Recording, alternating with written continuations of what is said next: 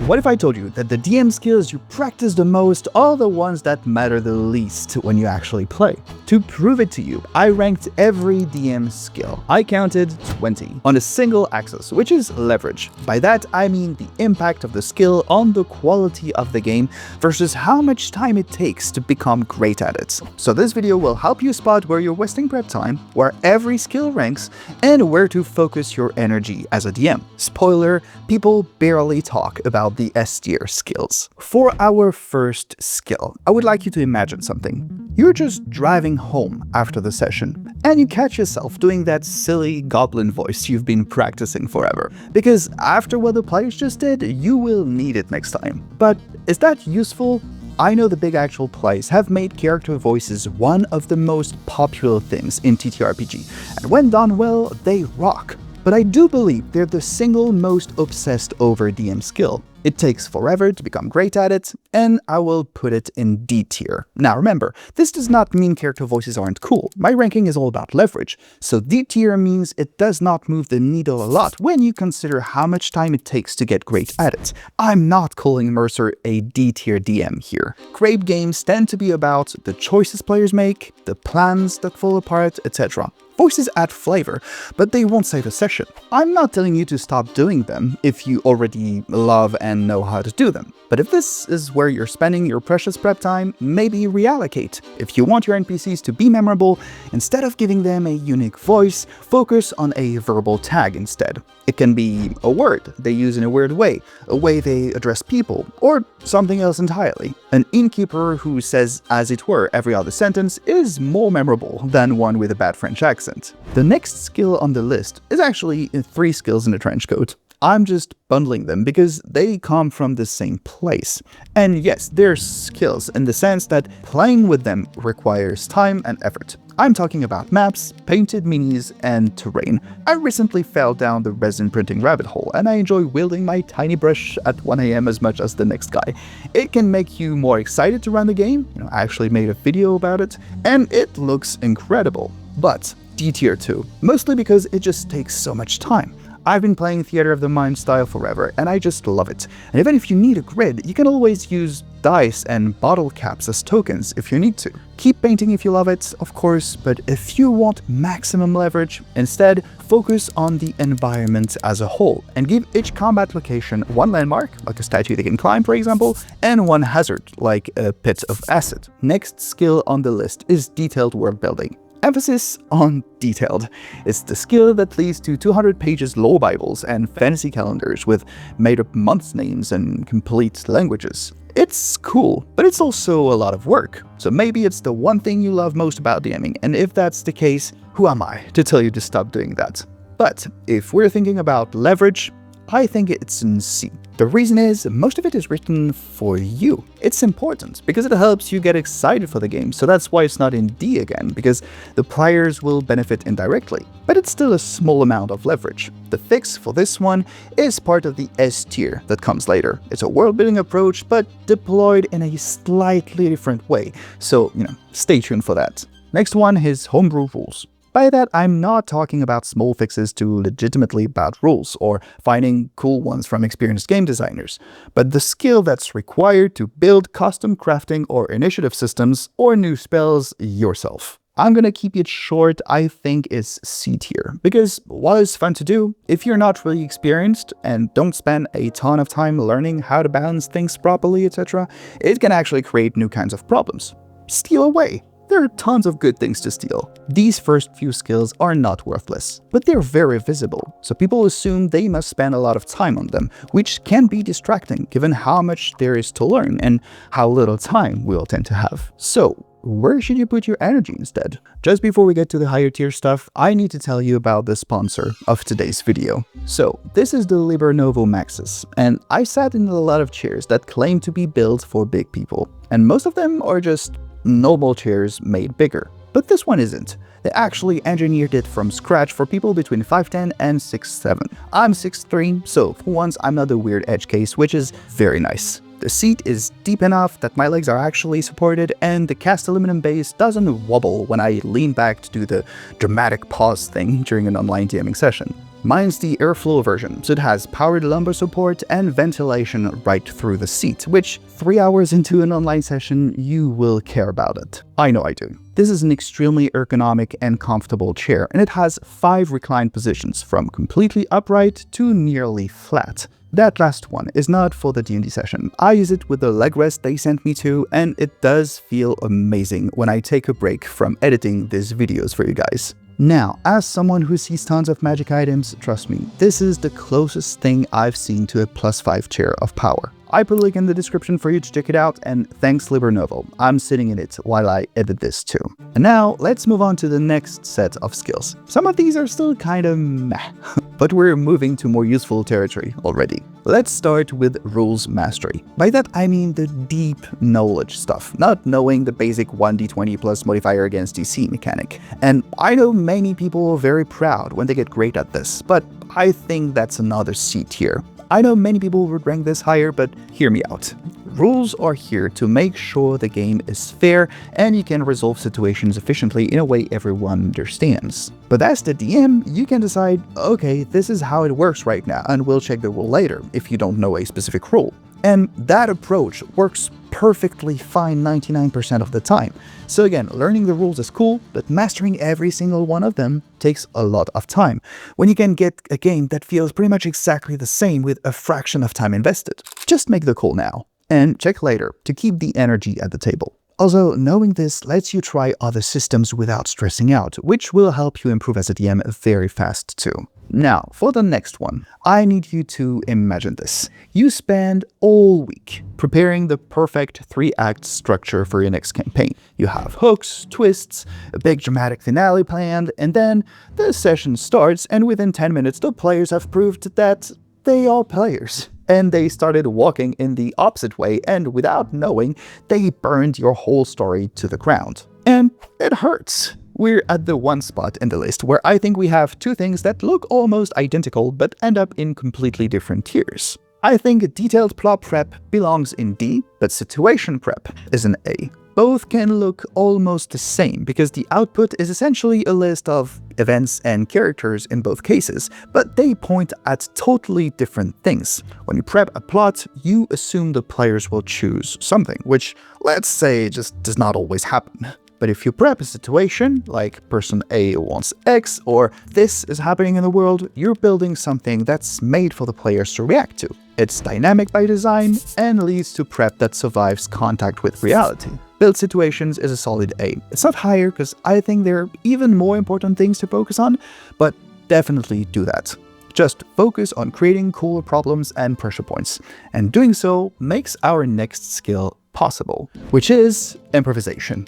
You know what this is. Some people like Brennan Lee Mulligan, for example, are so good at it, it feels almost unnatural. Everyone loves a good improviser DM, and it's definitely in A tier. But let's take a closer look. The reason I'm putting it in A tier is not just because being good at it makes games better.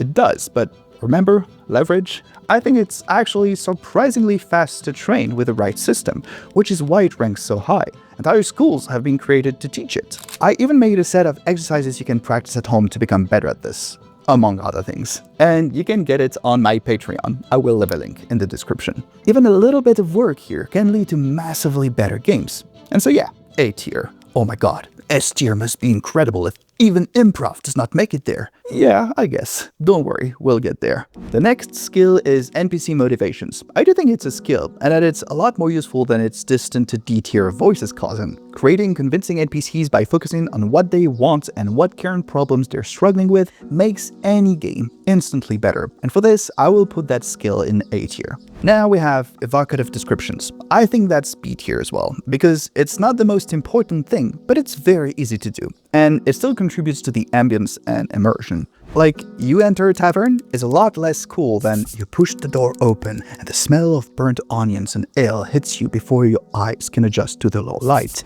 And the second one does not take a lot more effort. The trap would be to make very long descriptions, but as long as you stay clear of that, it's great. Then we have combat and encounter pacing, which will rank together. I think that's B tier as well. It's not A tier just because it only applies to part of the game, which is combat. Duh.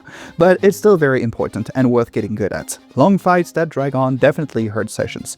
Just and fights when the outcome has been decided. If you're good at these past few things, I think you're already a good DM. Your table is probably a fun place and the players keep going back. But these skills are still not the most important ones if you want to reach next level godlike DM status. Before I move on and show you what those are, if you like this video and would like to hear more, please consider subscribing to help me keep this channel going. 80% of regular watchers aren't subscribed. It does not cost anything and it will help me make more videos for you guys. So thanks in advance. And before we hit the top of the list, I just want to go through a few smaller skills that don't get enough love. Some people might not even think of them as skills, but there are DMs better at these than others, and this is my list. So yeah, I choose to make them skills. Let's do it, rapid fire style. Being able to recap sessions in an exciting way is B tier. It syncs the entire table and reminds players what they care about and what's at stake. Then we have ending sessions at the right time. It's the art of the cliffhanger, basically, and I will put it in B.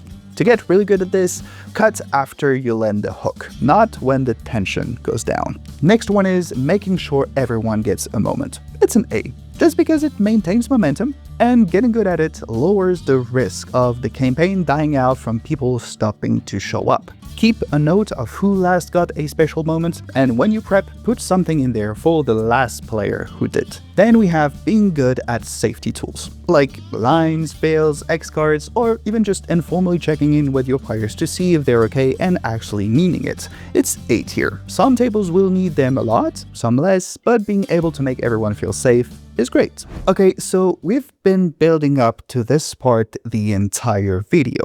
The first few skills were cool, but mostly flavor, and therefore kinda optional. Then we had the mid-tier stuff that makes you a competent DM, and now we're gonna talk about the things that turn you into the best DM your table has ever seen. They're harder to see, dare I say, sometimes invisible, but they are very important. For this next skill, imagine a DM who can just feel when the energy starts to shift at the table. Like they notice when someone starts to consider looking at their phone or has been quiet for a while. And they adjust before anyone says anything. Maybe by cutting a scene short or asking that shy player what their character thinks. It's called reading the table, and it's 100% an S tier skill. A D&D table, like many other things, including a YouTube video, by the way, is all about attention. All the other stuff is basically there to help you manage the attention and enthusiasm levels of your players. Being great at this means orchestrating all the other skills becomes much, much easier. Okay, but I'm so bad at people, man. That's why I play D&D in the first place. I just want to escape. Fair, I feel you. But I do think you can get better at it even if you struggle with people. The way you did is you try to build a feedback loop at the table. Basically, you need to be able to turn objective things you can see with your eyes into action triggers. When people stop talking, when they lower their body posture, when a phone comes out, when the wizard who's usually into trying things start defaulting to cantrips. They will be different for every single table. But basically, you try to take some time in between sessions and create 2 columns for each player. In one, you put all the observable things that mean they're engaged. And in the second one, those that mean you're losing them. And then, during the session, every 30 minutes, use a timer, it's okay. You just look around, compare with the columns, and run your little algorithm. If player A starts reading the player's handbook, they're bored. Ask them something, etc., etc.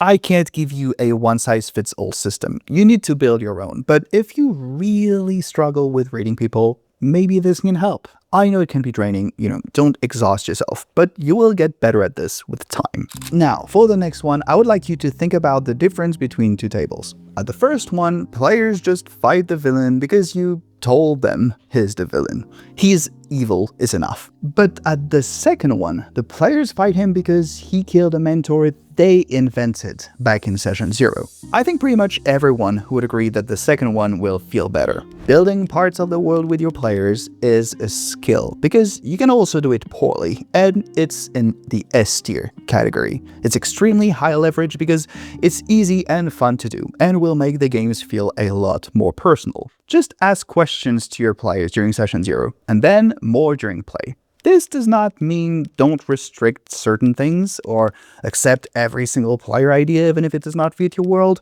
but try to include them in decisions that will tie the characters to the setting in a more personal way. Maybe they can name a town or region. Or if a player plays a druid, they can create a forest with cool and unique features in there. It will be different for every table, but it can truly elevate every game. That's the good version of the C-tier Law Bible, by the way. An example question you could ask to start is, what's something in this town your character would die to protect? And then you write the answers into the next session as consequences. The next one is another S tier I think many people skip. Tell me if this sounds familiar. The players spend 10 minutes shopping for rope and torches because they know they're about to enter a dungeon. Then they walk to the place and you narrate every step they take. Then the first room is empty and you spend some more time on it and just goes on and on and on. Knowing when to cut is an S-tier skill. Basically, if you want players to have fun, I think you should learn to start the scene as late as you can and to cut it after the interesting choice gets made. When you watch a good movie, that's what's happening. It does not mean that everything should be extremely fast-paced. No, some choices take a while to make, and sometimes a contemplative moment is very memorable. But you need to learn how to keep the momentum going. To do this efficiently, maybe you will need to overcut a bit at first to get a feel for it. It's okay, because it's better than the alternative. Then we have setting expectations, which I think is a skill as well, considering how much debate we have around session 0. Basically, even if you don't run a proper session 0, I think you should definitely make sure that everyone knows and agrees on a few things before the game starts. And it's at least an A-tier skill. If you have one player expecting a light-hearted comedy thing and you decide to go all grimdark on them, chances are everyone will have a bad time. It's very high leverage because the minimum viable version is a simple 5-minute checklist. Make sure everyone agrees on the type of game, the tone, the length, things to absolutely leave out and keep in, etc. I made an entire video on session 0 and you can check it out here if you want to take things further. Next one is using consequences in the game, and it's an instant S tier ranking from me. The art of taking the decisions of the characters and making them manifest later in the game in one way or another is what makes D&D and other TTRPGs so special to me. As the DM, you're basically a living game engine. After every session, write 3 things the characters did and put it inside a dedicated list. And then, when you prep, take that list and see if there is something from past sessions you could use in the next one. Maybe you can create an NPC who heard about something they did.